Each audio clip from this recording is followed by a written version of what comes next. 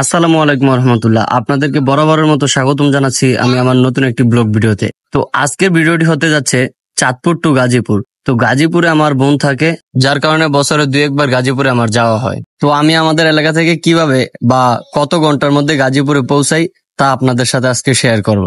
তো প্রথমে আমি আমাদের নৌকা দিয়ে লঞ্চে উঠলাম। আমার সাথে লঞ্চে রয়েছে আমার এক বন্ধু এবং এলাকার এক দাদা।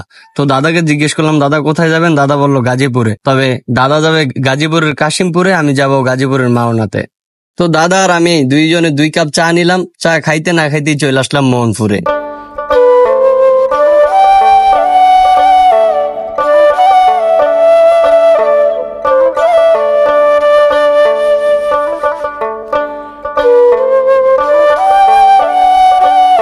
তো লঞ্চে যারা রয়েছে তাদের সাথে আমার খুবই ভালো সম্পর্ক, যার কারণে অনেকটা পথ ড্রাইভারের সাথে গল্প করতে করতে আগালাম।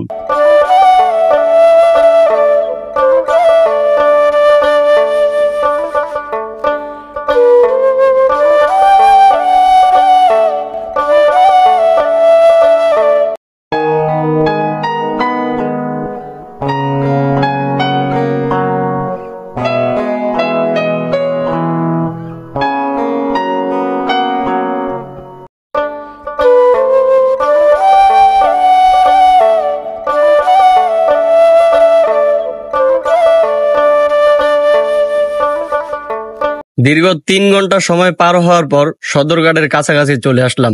আর এখানে আসতে না আসতেই দেখা মিলল একই রঙের বিভিন্ন নামের বিভিন্ন লঞ্চ।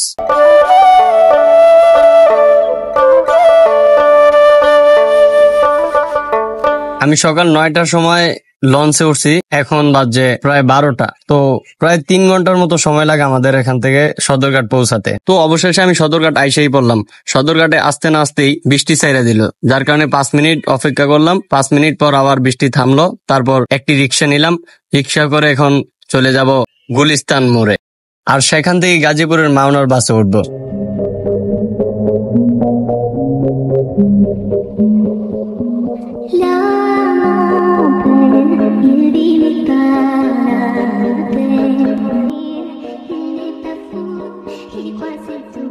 তো 1টা বাজে বাসে উঠছি। গুলিস্তান থেকে গাজীপুর মাওনা যাইতে আবারও প্রায় 3 ঘন্টার মতো সময় লাগা যাবে।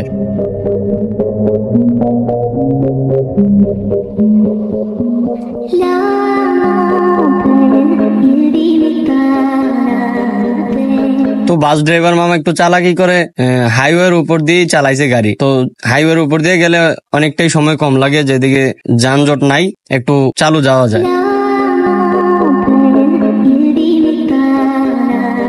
তো অবশেষে গাজীপুরের মাওনা চৌরাস্তায় আসলাম। এখান থেকে আবার 20 টাকা ভাড়া লাগে অটো দিয়ে যাইতে।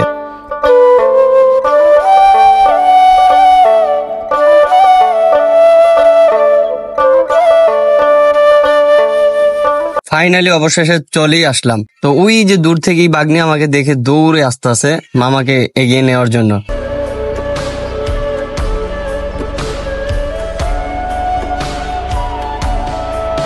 তো বাসায় আস্তে আস্তে সময় বাইজা গেল 4টা 30-এর উপরে। তো বোঝা গেল যে আমাদের এলাকা থেকে গাজীপুর মাওনা চৌরাস্তা আস্তে আস্তে প্রায় 8 ঘন্টারও বেশি সময় লেগে যায়। তো আজকের জন্য এখানেই শেষ। আপনাদের সাথে আবারও দেখা হচ্ছে নতুন কোনো এক ভিডিওতে।